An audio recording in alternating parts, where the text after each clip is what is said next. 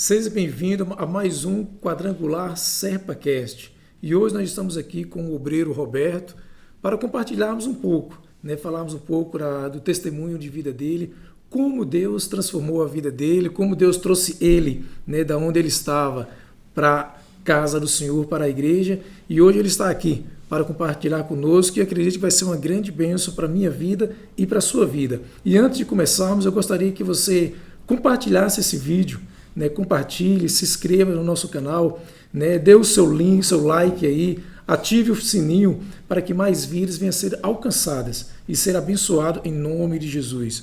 Gostaria que você se apresentasse, Roberto, primeiro.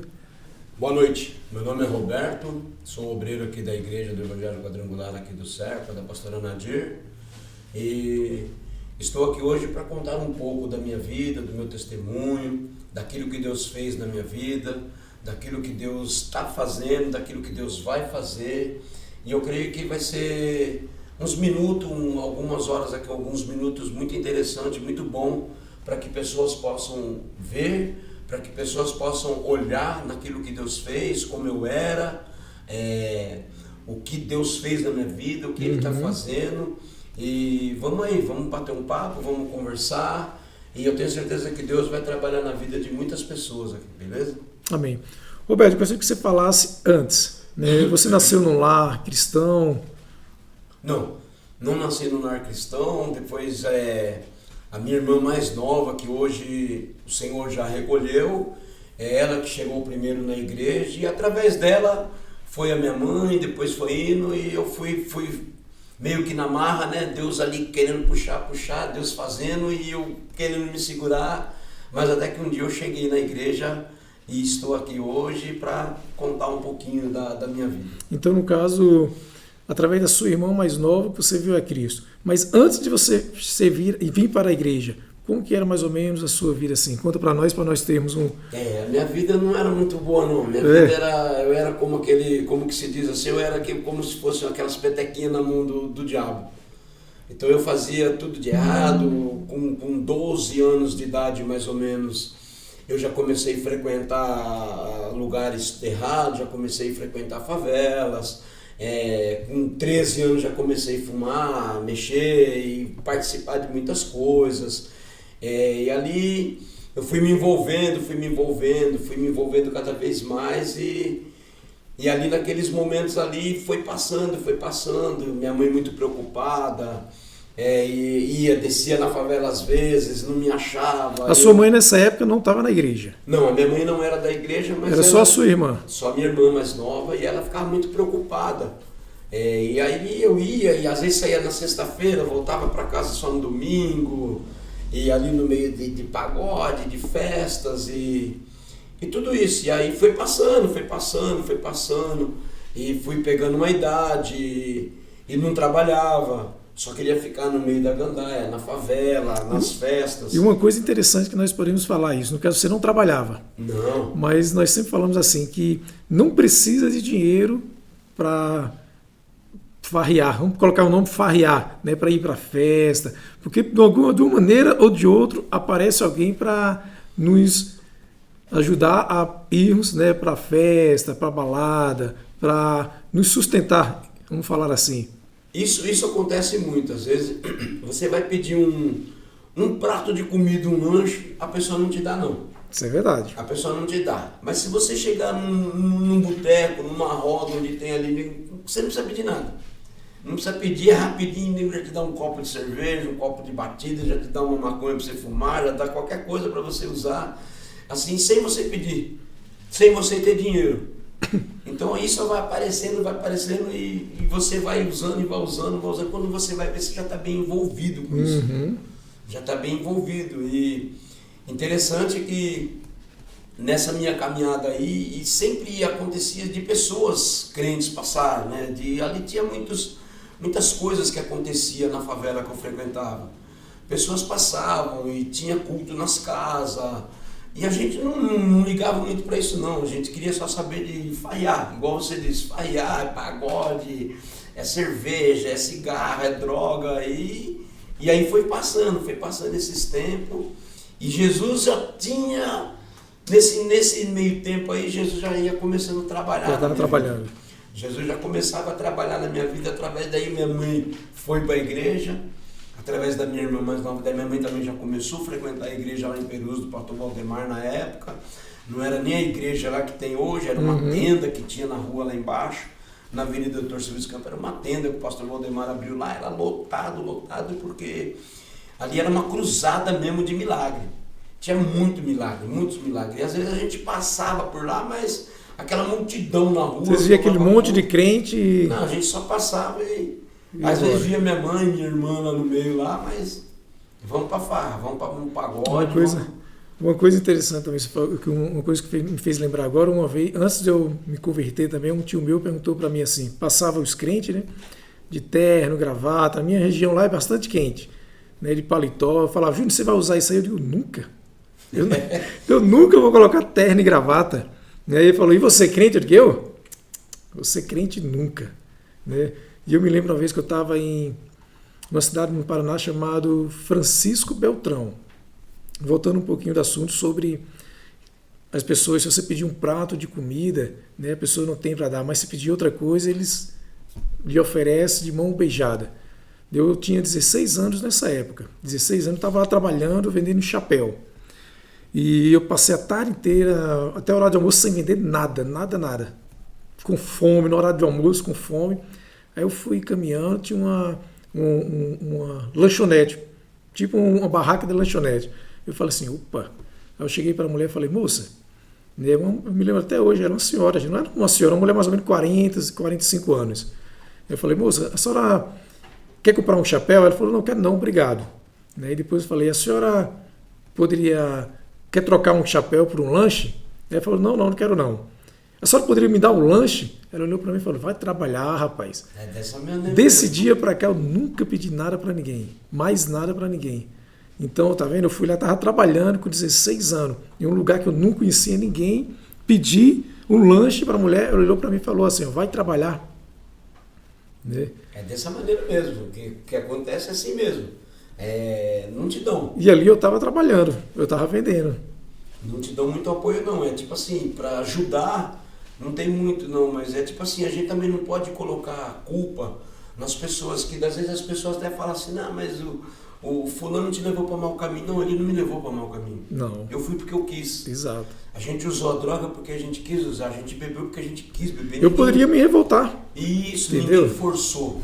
Né? Ninguém forçou a gente fazer as coisas erradas. Então a gente fez porque quis fazer. Eu vou experimentar porque eu quero experimentar. Nós sabemos que existem influências, né? A Bíblia fala assim que as más conversações corrompem os bons costumes. Ou seja, se nós estivermos ali só andando com pessoas que têm uns costumes meio mal, meio duvidoso, a tendência é nós seguirmos aquele caminho. Não quer dizer que vamos seguir, né? Mas a tendência, a influência maior é seguirmos. Por isso nós temos que sabermos se afastarmos um pouco, procurar um caminho melhor. Mas continuando com a sua história, Roberto. Então daí fui pegando uma idade, então eu morava, na verdade eu morava um pouco longe que eu falo assim, uns 2 quilômetros da favela. Uhum. Mas todo dia, 7 horas da noite, 6 horas eu descia. Eu saía de casa e descia, ia lá pra favela, porque era todo dia, era de segunda a segunda. Era todo dia. Não trabalhava só? Não, era todo dia, 6 horas da tarde, para ela voltava meia-noite. Voltava meia-noite, 1 hora da manhã. E todo dia era essa vida. E só lá, se drogando, fumando, bebendo, pagode. Imagina a preocupação da irmã aí. Nossa, minha mãe ficava desesperada. Aí, nesse meio termo aí a gente tava lá na favela, a gente ficava lá na favela, e ficava lá, e tinha culto bem na entrada da favela. Um culto da Igreja Quadrangular de Perus, na casa de uma irmã Maria. Antes de você contar sobre a irmã Maria, né? Nesse período que você não ia para a igreja, aconteceu algum fato assim que lhe chamou a atenção, que você lembra até hoje? Não, muitas com coisas. Você? Uma vez eu teve uma briga com uma mulher do primeiro barraco da favela, e nessa briga que nós tivemos com ela, eu falei que ia matar a filha dela. E ela chamou a polícia. Ela chamou a polícia e eu fugi, eu corri, porque a polícia veio. Eu fui lá pra casa da minha irmã morava lá perto da delegacia de Perus. Aí eu fiquei lá na casa da minha irmã, acho que uns 3 dias lá. Aí depois eu apareci de volta, tudo, voltei. Aí fui lá pedir desculpa pra mulher, né? Falei, nossa, minha intenção não era essa, quem matar uma pessoa de jeito nenhum. Aí me desculpei tudo. Depois o filho dela até morreu nesse negócio no trem, sabe? Esses trem que andava pendurado, o filho dela caiu do trem. Aí ficou. Uma outra feita também, nós estávamos lá na favela e apareceu polícia e nós correndo pelo rio e tudo. E numa outra feita tinha umas armas, nós batimos foto com umas armas, porque os policiais pegou essa foto e começaram a estar atrás de nós também. E, cara, foi terrível. Uma vez também eu já ficamos na delegacia preso na época de carnaval, porque brigamos num bar. Nós estávamos num bar lá, participando, brincando lá, tomando, jogando um fliperama. Aí chegou uns rapazes lá e começaram a bater na máquina. E nós falamos, se der chute na máquina aqui, o bicho vai pegar, vai ficar estreito aí. O moleque bateu, a máquina travou. Mas foi pegar um taco de snook e já daí, uma brigada. Polícia chegou, ninguém sabe de onde. Levou tudo nós pra delegacia. Mas levou nós, os moleques não. Porque era tudo molequinho, filhinho de papai, os outros, né? Então levou tudo nós. Aí nessa daí nós estávamos na delegacia, bateram de nós um pouco lá. Aí o pai de um dos meninos meninos que estavam no boteco, ele tinha uma oficina lá de funilaria e ele apareceu na delegacia lá para tirar, né, todo mundo da delegacia. E tava nessa daí todo mundo indo e ele me deixando. Eu falei, Sarnito, eu tô aqui também. Ele falou, aquele ali também. Daí me tirou, me levou, mas apanhamos bastante. E nessa daí Deus já estava trabalhando. Uma vez eu estava descendo para a favela, estava subindo uns irmãos, aí teve um irmão que colocou a mão na minha cabeça e falou, Deus vai fazer uma grande obra na nossa vida. Só que naquele dia, eu tinha cortado o cabelo e estava tudo torto. Aí o rapaz estava comigo e falou, não, Deus já fez. Deus já fez a obra na vida dele, o cavalo aí, já fez uma grande obra. E foi só risada, sabe? E aquela palavra ficou, sabe? Que Deus estava fazendo. E aquele rapaz, acho que foi umas 2 vezes que ele passou por mim e ele falava, Deus vai fazer uma grande obra. Palavra profética, né? Nós acreditamos em palavra profética. É que você que está nos assistindo aí e estiver passando por alguma dificuldade, algum problema, né, nós acreditamos que Deus pode fazer milagres na sua vida e pode transformar a sua vida. Não importa a situação que você estiver, né, Deus pode e Ele quer fazer um milagre na sua vida. Basta você crer. Né? Com certeza. A palavra profética e aquela palavra, parece que ela foi penetrando, sabe, Júnior? Ela foi penetrando no coração, foi penetrando e aquela palavra ficava na mente, assim, sabe? Ia para casa, dormia, aquela palavra, não, Deus vai fazer. Até que chegou nesse momento aí, né, desses cultos ali na casa da irmã Maria. Porque não tinha culto lá, ela começou a fazer de repente, toda segunda-feira. Toda segunda-feira a irmã Maria fazia os cultos lá em cima e nós fazíamos o barulho lá embaixo na favela. E aí essa irmã, um dia ela desceu. Ela desceu na favela lá e com autoridade tão grande. E ela começou a falar, Jesus tem uma obra na sua vida, Jesus quer te ama, Jesus quer te salvar, Jesus vai fazer isso, Jesus... Então ela ia apontando, sabe? Como que era essa irmã Maria? Era uma mulher alta, baixinha? Uma irmã pequenininha, branquinha, bem, sabe, mas ousada. Mas uma autoridade, uma ousadia muito grande do Espírito. Uma ousadia muito grande. E a gente vê hoje, às vezes, nos dias de hoje, falta um pouco isso pra gente, né? Um pouco dessa ousadia. E ali ela foi. Ela fez o convite para nós ir participar do culto na casa dela. Aí nós fomos, mas primeira pergunta, vai ter comida lá, irmã Maria? Vai ter comida, vai ter um cafezinho, tem tudo, tem lanche. E era lotado a casa da irmã Maria. Era lotada toda segunda-feira, muito. Tinha louvor, tinha pregação. E ali aquelas palavras foi entrando no coração da gente. Aí alguns já aceitavam Jesus, já paravam de outros, já aceitavam. Aí eu mudei para Caieiras. Foi na época que eu mudei para Caieiras, mas lá Jesus já tinha feito, porque quando eu mudei para cá, Aí eu comecei a ir na igreja de Perus com a minha mãe. Com o pastor Valdemar. Nessa época eu já namorava com a Cida e nós íamos no culto das 5. Por que nós íamos no culto das 5? Porque nós íamos no culto das 5 pra gente bagunçar um pouquinho no domingo. Né? Então quando você conheceu a Cida, sua esposa, você não era da igreja ainda? Não era da igreja. Não era da igreja, a gente ia para carnaval, a gente ia para muitos lugares, ainda continuava fumando. Entendeu? Não era aquele assim, sou crente. A gente ia só para falar, tô indo lá na igreja lá. Mas Deus foi, né? Através da irmã Maria, daqueles cultos, e aí foi ali, Jesus fez uma obra. Ali muitas pessoas se batizaram lá mesmo na quadrangular. E começamos a ir na igreja do pastor Valdemar. Até que o pastor Valdemar saiu para ir para a Bahia. Deixa eu puxar um assunto, um ponto aí que você falou, que é importante. Né? Muita gente talvez hoje não vem para a igreja porque sente vergonha, fica meio envergonhoso porque não tem algum vício ainda na vida dele. Você falou que vocês iam para a igreja, mas continuavam fumando. Né? Então, mas a importância de continuar indo. Continuar indo. Mesmo se tiver algum vício, mas não quer dizer que você não tem que deixar de ir para a igreja. Mas continuar frequentando, que Deus vai trabalhando aos poucos e fazendo a obra. Nessa época, Deus já tinha me livrado das drogas. Eu já não usava mais droga. Mas continuava fumando ou bebendo cigarro normal? Não. Bebendo também não. Só fumando cigarro? Isso. Ainda dava umas tragadas.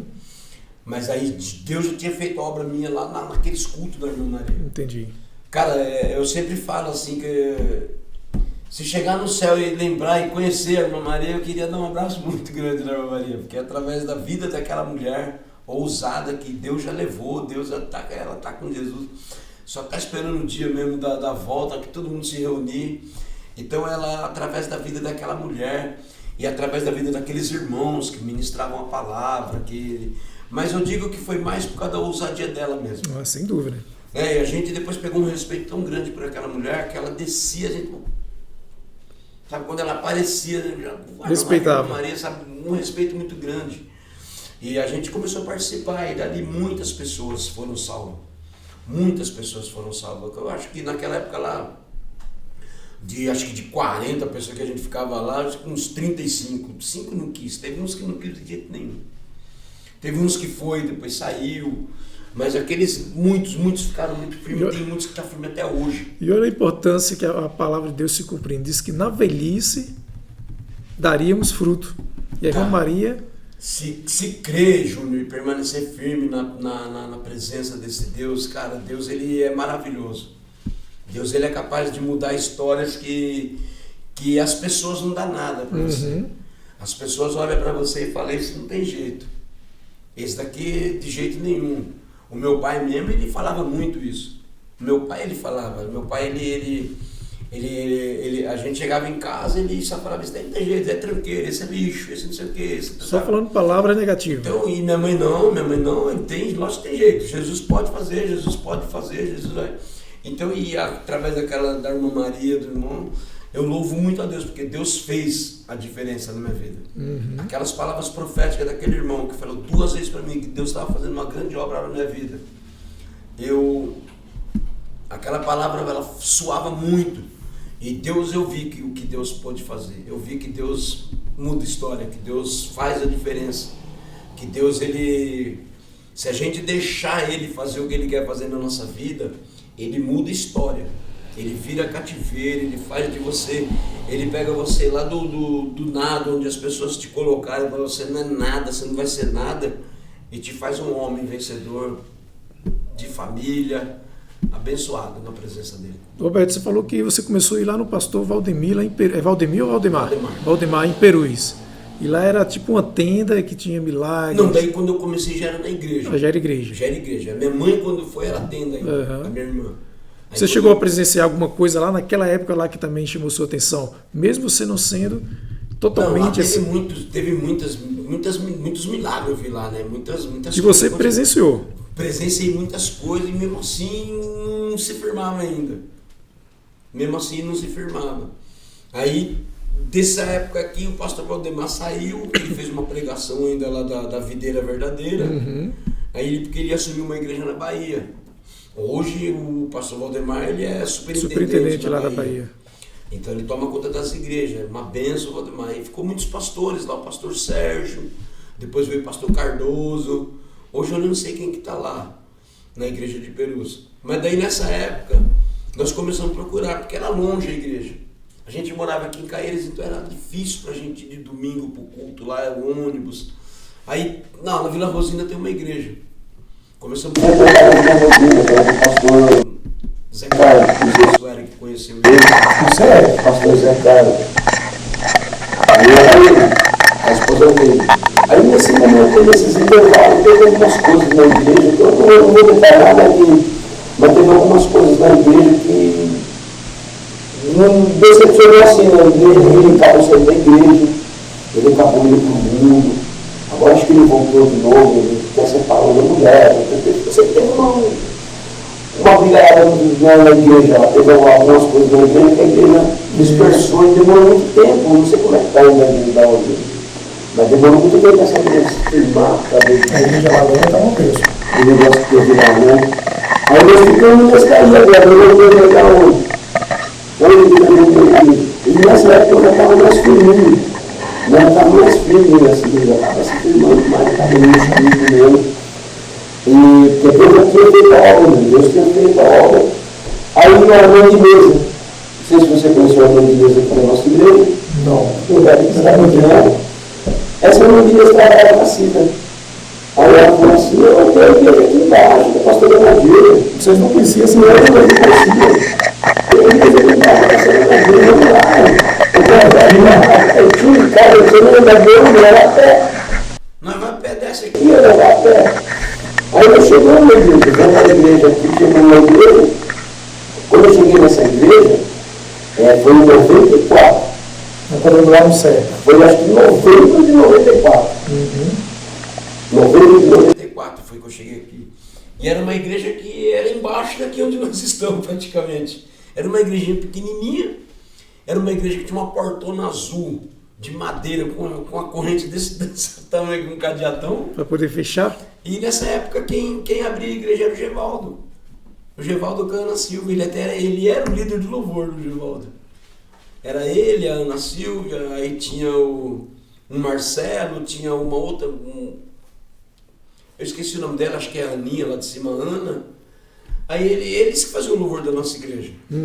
Aí eu fiquei aqui na igreja, aí começou a chegar as pessoas. Aí nessa época aí nós começamos a se firmar mais. Mas Jesus já tinha me libertado mesmo das drogas, Jesus já tinha me libertado de tudo. Jesus fez uma grande obra na minha vida, como aquele rapaz disse lá quando eu tinha 17 anos de idade. Então, no caso, você chega aqui para o Serpa, né, para a igreja quadrangular aqui do Serpa.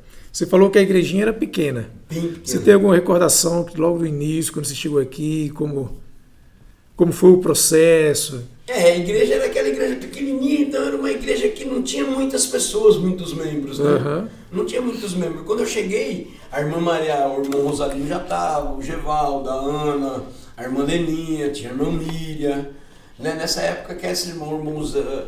Então tinha esses irmãos, mas, né? Aí nós começamos a congregar aqui. Eu e a Cida só, minha mãe não quis vir. Minha mãe ela era diaconisa lá em Perus. Ela não quis vir para cá, ela continuou lá em Perus. Aí veio eu e a Cida, começamos a congregar aqui, no mês de novembro. E tinha muitas coisas aqui na igreja. Nossa, daí a igreja começou a aumentar um pouquinho. E tinha muitas coisas. Chegando mais gente. Cara, Jesus fez muitas coisas aqui ainda na minha vida, aqui nessa igrejinha pequena, quando eu era pequena.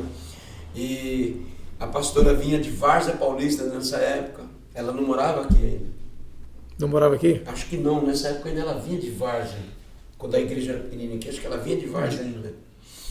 Aí a igreja foi, Jesus foi fazendo a obra, até que virou o ano, passamos o culto na virada de ano aqui, graças a Deus, desde quando eu estou na igreja, foi sempre a virada de ano, eu nunca passei fora.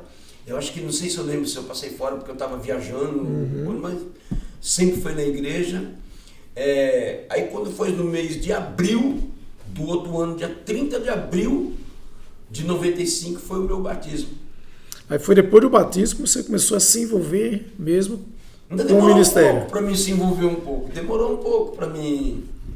Aí fui, me batizamos no dia 30 de abril, eu, a Cida, na época batizou o Marquinho, batizou bastante gente com nós, o David, acho, Paulinho, sei que foi muita gente, foi acho que 30 pessoas naquela época que batizou lá em Mariporã.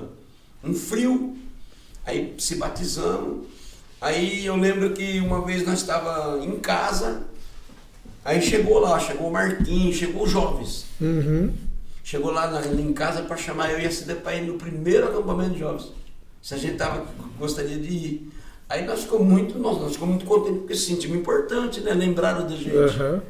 Aí fomos para o primeiro acampamento de jovens, participamos, legal. Aí acho que foi no outro ano que eu comecei a se envolver mais, assim, a pastora começou a me dar oportunidade, né, assim. Não sei se, acho que não foi nem no outro ano, demorou acho que uns 3 anos ainda. Para você começar a ter A oportunidade. primeira oportunidade que eu tive, acho que foi num culto que a pastora me chamou para me orar pelas ofertas. Né? Aí chamou, eu subi, com aquele medo, com aquela tremedeira, subi, fui lá e orar pelas ofertas. Ali eu comecei, né, me envolver mais, comecei a ficar mais assim, e fui trabalhando na igreja, fui diácono da igreja, eu fui presidente de homens, fui presidente de jovens, fui vice-presidente da pastora por 2 anos.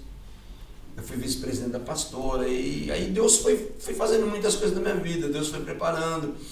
Deus me deu a Giovana, me deu a Aline, a Cida, uma esposa, daí me deu uma casa.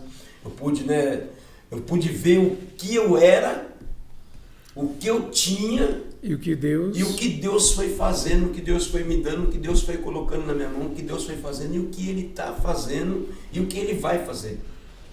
Então Deus é maravilhoso com a gente. Deus, Ele tratou de uma maneira muito boa comigo. Eu gostaria que você falasse sobre um milagre ou algo assim que chamou a sua atenção depois já que você veio para a igreja aqui.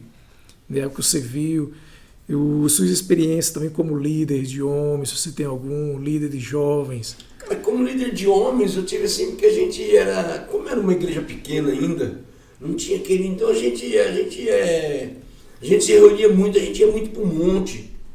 E nesse intervalo aí, Júnior, voltando um pouquinho, ainda nós já crentes, nós já batizados, então eu ia muito para o monte, nós íamos muito para o monte, eu tinha uma Brasília, então nós íamos para o monte, nós íamos no monte quase de segunda a segunda, eu, irmão Rosalino, irmão Zé, irmão Benedito, irmão Samuel, depois com o irmão Samuel, então nós íamos muito para o monte. E nesse intervalo, teve uma vez que eu cheguei do monte e minhas coisas estavam jogadas para fora de casa, a Cida jogou para fora. Porque você ia para o monte quase todos os dias. Você vai dormir na igreja. Você vai dormir para a igreja. E nessa época minha mãe, não, dorme aqui em casa. Que eu falei, não vou dormir na casa da senhora. Eu não estava no boteco, eu não estava em festa, eu não estava usando droga, eu estava no monte orando. Eu estava buscando a Deus por mim, para minha casa, para minha família. Não, vou dormir lá em casa. Eu não vou dormir na casa da senhora, não vou dormir na igreja. Peguei, desci, pulei a janela da cozinha, abri a janela da cozinha, pulei pela pia, peguei minhas coisas, coloquei, fui dormir do lado da minha esposa. Fui dormir na cama. É ali, meu lugar é ali. É isso mesmo. Eu não podia deixar o meu lugar vago ali, porque eu sabia que alguém ia encostar ali. O inimigo, ele podia, então era ele que estava. Então eu falei, não, eu vou dormir lá na minha casa, não vou dormir na casa da senhora. Exato. E nesse intervalo, aí ficou, e Deus aí ele foi trabalhando, moldando. Chegava a época, você não vai no monte hoje? Os irmãos não vão no monte, vai, entendeu? Então, você tem que tomar umas atitudes. Eu tinha umas lutas, eu tinha umas adversidades, às vezes briga. Aí uma vez eu cheguei no monte e falei, pastor, eu não estou aguentando mais. Sobre isso aí também, esse testemunho aí. Eu falei, pastor, eu não estou aguentando mais. Para as pessoas verem que Deus fala através da palavra. Né? Então, eu falei, pastor, eu não aguento mais. Não, cara, eu preciso de uma palavra, eu preciso que Deus fale comigo, eu preciso que Deus... E na hora que a pastora abriu a palavra assim, a pastora falou, Roberto do céu, a palavra que Deus deu aqui, ó. Se tu, pois, homem. Posicionamento. Cara, uma palavra muito dura. Naquele dia foi uma palavra dura. Eu falei, gente, será que eu não estou sendo homem o suficiente? Mas a palavra foi bem essa mesmo. Se tu, pois, homem. E naquele dia para frente eu comecei a tomar um posicionamento diferente. Uhum. E hoje eu posso ver que o posicionamento que nós tomamos, que eu tomei principalmente, cara, valeu muito a pena, porque Deus ele mudou mesmo. Roberto, eu vou estreitar um pouquinho. Qual foi esse posicionamento que você tomou assim, que depois dessa palavra que veio... O posicionamento foi assim, né, de se posicionar mesmo como homem da casa. Né? Porque a gente é o homem ali, então a gente tem que tomar o posicionamento, não é deixar as pessoas, ninguém colocar ali, você tem que se posicionar e falar, opa, aqui é eu. Aqui é Deus me colocou aqui. Não foi o vizinho, não foi o fulano, não foi o Beltrano, não foi Deus que me posicionou, Deus que me colocou aqui. Então a posição que eu tomei foi essa daí, ser mais homem de Deus mesmo. Está presente ali. Tomar essa atitude e mostrar que eu sou, né? Que a gente é as pessoas ali, que eu que mando, que não que manda, porque a gente tem a maneira de falar, não é que manda. É que o posicionamento é nosso. É nós que somos o homem da casa. É o que nós estávamos falando antes de gravarmos sobre o capítulo 3, né? Que você até falou, de Gênesis. De Gênesis. Eu estava falando, eu fiz até uma pergunta, né? Se só Eva tivesse pecado e Adão não, como seria? Se a terra seria amaldiçoada, né? Ou não. Né? E eu falei que se Adão não tivesse pecado, a terra não seria amaldiçoada. A terra só foi amaldiçoada porque Adão pecou. Eva não. Talvez poderia multiplicar as dores de parto, por Eva ter pecado. Mas a terra foi amaldiçoada por causa que Adão pecou. Então, porque Deus colocou ele primeiro, né? Deus colocou ele primeiro no jardim, né? Ele era o homem, ele era o cabeça. Então, e o homem ele é o cabeça. E a mulher era a sua auxiliadora. Entendeu? Não que a mulher é nossa, que nem as pessoas levam muito assim, não, a mulher tem que ser submissa. Submissa, quando Deus fala submissa, não é o cara mandar, não é assim. Submissa é saber que o cabeça é ele. Né? A submissão da mulher é assim, no sentido de saber que o homem é aquele que está comandando. O homem ele tem obrigação de ser o mantenedor. O homem ele tem obrigação de orar pela família. O homem ele tem obrigação de se posicionar ali na cobertura. Então isso que é o posicionamento do homem. E a submissão da mulher é saber que tem alguém ali que está e respeitar.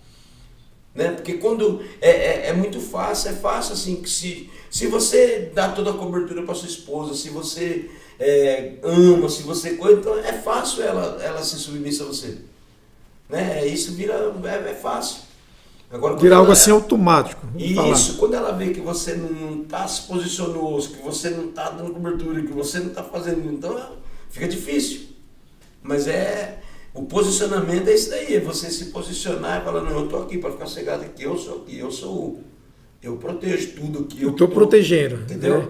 Eu sou aquele braço forte do homem ali que se algo acontecer, eu estou aqui para... Entendeu? Então eu acho que naquele momento lá de Adão, voltando lá no texto, Adão não estava dando essa cobertura para Eva. Eu acho que a serpente veio... que Adão não estava nessa cobertura, então por isso que a serpente veio e conseguiu... Lançou a seta para Eva. Porque se ele tivesse no posicionamento, se ele tivesse ali fazendo o que Deus falou para ele fazer, talvez a Eva não teria saído de perto dele. Né? Eva não teria saído de perto dele. Então, nesse momento, acho que ele... E por ele também ter deixado ser levado por Eva, né? Isso, na hora que ela deu para ele o fruto, para ele comer. Então, e vamos falar assim, que ele se acovardou em ter pegado o fruto e ter comido. Né, e ter amaldiçoado, por causa dele a terra foi amaldiçoada. Né, mas glória seja Deus, louvado seja Deus, porque por causa do segundo Adão, a terra, nós voltamos a ter a oportunidade de termos reconciliação com Cristo. Permanecer na presença, Deus ele tem muito mais para a gente, Júnior. Não só para a gente, para todos que estão assistindo, que vão assistir, que vão compartilhar esse vídeo, que vão ver. Cara, Deus tem muita coisa. E não é pouca coisa que Deus tem para nós. Basta só a gente se posicionar e acreditar. Acreditar que Ele vai dar, que Ele pode fazer, que Ele já fez. Às vezes a gente tem a maneira assim, Deus Ele já conquistou. Então basta nós agora que temos que se posicionar para poder receber aquilo que Ele já conquistou para nós. É o homem que tem que tomar o posicionamento. Existe coisa que nós temos que fazermos, né? Porque Cristo já fez por nós. Cristo fez a parte dele, Deus fez a parte dele, Jesus fez a parte dele, e agora cabe o homem fazer a parte dele. Então você que está nos assistindo, né, e que vai também nos assistir, se você está passando por algum problema que você acha que não vai conseguir, se posicione, né? Tome um posicionamento, né? Decida com fé, saiba que Deus ele pode trabalhar na sua vida e libertar. Né? No caso, se você estiver se sentindo um pouquinho meio, eu não vou conseguir, o que será que eu irei fazer agora? Saiba que se você tomar uma posição, Deus vai lhe ajudar. Né? Você, homem também, se posicione como sacerdote do seu lar. Né? Proteja, dê cobertura para a sua família. É que você falou, tem que orar, tem que abençoar o lar. Tem que fazer. Continuando com você como na liderança dos homens, ia bastante aos montes. O que marcou muito na liderança dos homens foi isso daí. Agora, dos jovens, eu acho que foi o que marcou mais, né, comigo. Quando eu fui líder de jovens, eu fui líder de jovens acho que por 2 anos. E o que marcou muito de nós aí foi que a gente fazia uns cultos de avivamento. A gente tinha, naquela época, o Paulinho, ele era o coordenador lá de Morato. Então a gente tinha um congresso, todo mês tinha um congresso numa região de jovens. Era numa igreja diferente, então era na igreja da Rosina, congresso aqui, congresso em Botujuru, Jarinu, Morato, Franco, Laranjeiras, Rosina. Então a gente tinha esses congressos local. Uhum. E aí tinha um congresso regional que a gente fazia, e tinha esses daí, e nós tínhamos aqui o culto de avivamento. Então vinha todas as igrejas para nossa igreja, lotava. Os cultos de sábado que lotava, convidava pastores para pregar. Aí tinha um culto do avivamento todo sábado, eram os 4 sábados de abril a gente fazia isso. Então isso marcou muito. Isso marcou muito aqui a juventude da igreja, que naquela época era muito jovens. Tinha bastante jovens mesmo na igreja. Foi uma bênção. Não que hoje não seja. É bênção também. Todos os cultos da nossa igreja hoje, eles estão bem estruturados. Você vê que o culto de homens está bombando. O culto das mulheres está bombando. Você homem, você mulher que quiser congregar com a gente aqui, está bombando. O culto de jovens está bom. Então, e o que marcou foi isso daí, que a gente fazia esses congressos, fazia essas coisas. E hoje eu sinto falta disso. Hoje tem os congressos, mas você vê que a gente vai para o congresso de homens agora, mas você vê, é anual. Né? Não tem que nem tinha antigamente. Antigamente era muitos congressos. Mais frequente, homens, né? Mulheres, tinha muito. Então isso vai te dando bagagem, você vai abençoando mais, você vai buscando mais de Deus, Deus vai te capacitando vai crescendo mais, né? Deus vai te fazendo você crescer mais. Então isso, eu sinto falta disso hoje, né? Mas graças a Deus que a gente tá firme. A gente não desistiu, a gente não parou, a gente vai para o monte, a gente ora na igreja, a gente está sempre orando, e está sempre louvando, está sempre adorando a Deus, para que isso para a gente não sair da presença de Deus, permanecer firme. Mas olha que coisa importante que da sua vida, né? Daquele jovem, daquele rapaz que se drogava, que ficava de segunda a segunda em balada, em ambientes que não era adequado. Deus transformou você para um obreiro da casa do Senhor.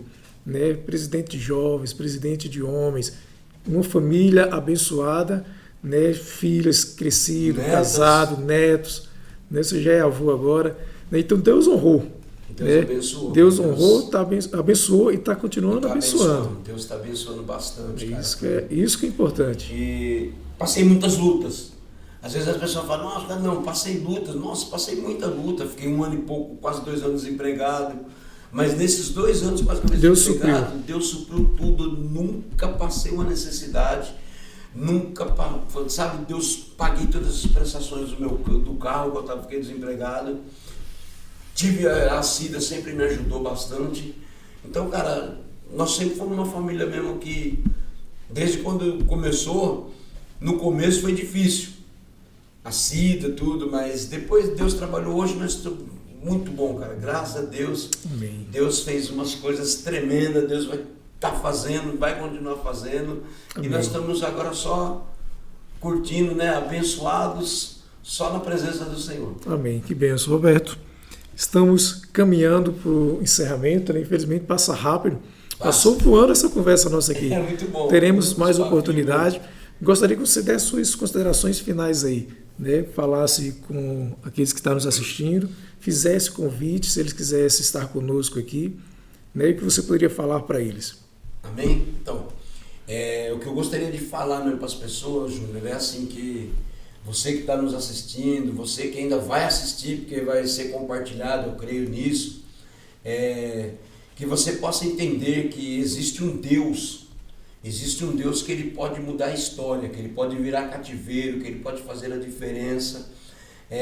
Um Deus que tira você do monturo, lá do nada, e te coloca num lugar onde você possa ser vencedor, num lugar onde você vai ser diferente, num lugar onde ele vai fazer você ser diferente. Basta você somente acreditar e tomar posse. E como nós começamos aqui no começo, existem palavras proféticas na vida da gente que você não pode deixar passar. E a palavra profética que nós falamos para você hoje é que você permaneça, que você receba, que você saiba que tem um Deus que pode mudar a tua história. E se você quiser participar dos cultos, se você quiser participar com a gente desses avivamentos, dessas festas, dessas alegrias, eu te convido aqui para você vir conosco aqui na Igreja do Evangelho Quadrangular aqui do Serpa. Ele tem 2 endereços, na Rua Osasco, né? A Rua Osasco e a Rua Barueri, aqui no Serpa, 275 e 286, se não me falha a memória. Então você pode participar conosco aqui nos cultos. Temos culto aqui de domingo, de terça, de quinta, ao sábado temos culto de jovens, temos um culto de homens abençoado todo mês. É culto abençoado mesmo, que se você quiser participar, as portas estão abertas, Jesus está de braços abertos, esperando vocês, para que ele possa fazer uma grande obra na sua vida também. Assim como ele fez na minha, ele pode fazer na vida de você que está assistindo aí. Eu sei que tem pessoas que vão assistir esse vídeo que possam estar nas mesmas condições que eu estava lá atrás, quando jovem. E eu quero dizer para você que Deus pode mudar a tua história também, como ele mudou a minha. Ele me tirou de lá de uma pessoa que não dava nada, ninguém dava nada, drogado, e me fez hoje um homem vencedor, um homem próspero, um homem abençoado na presença dele. E ele pode fazer com você também. Amém? Amém. Glória a Deus. Que Deus abençoe a sua vida. E mais uma vez eu te peço, né, compartilhe, se inscreva em nosso canal. Que Deus lhe abençoe e até o próximo, se Deus quiser.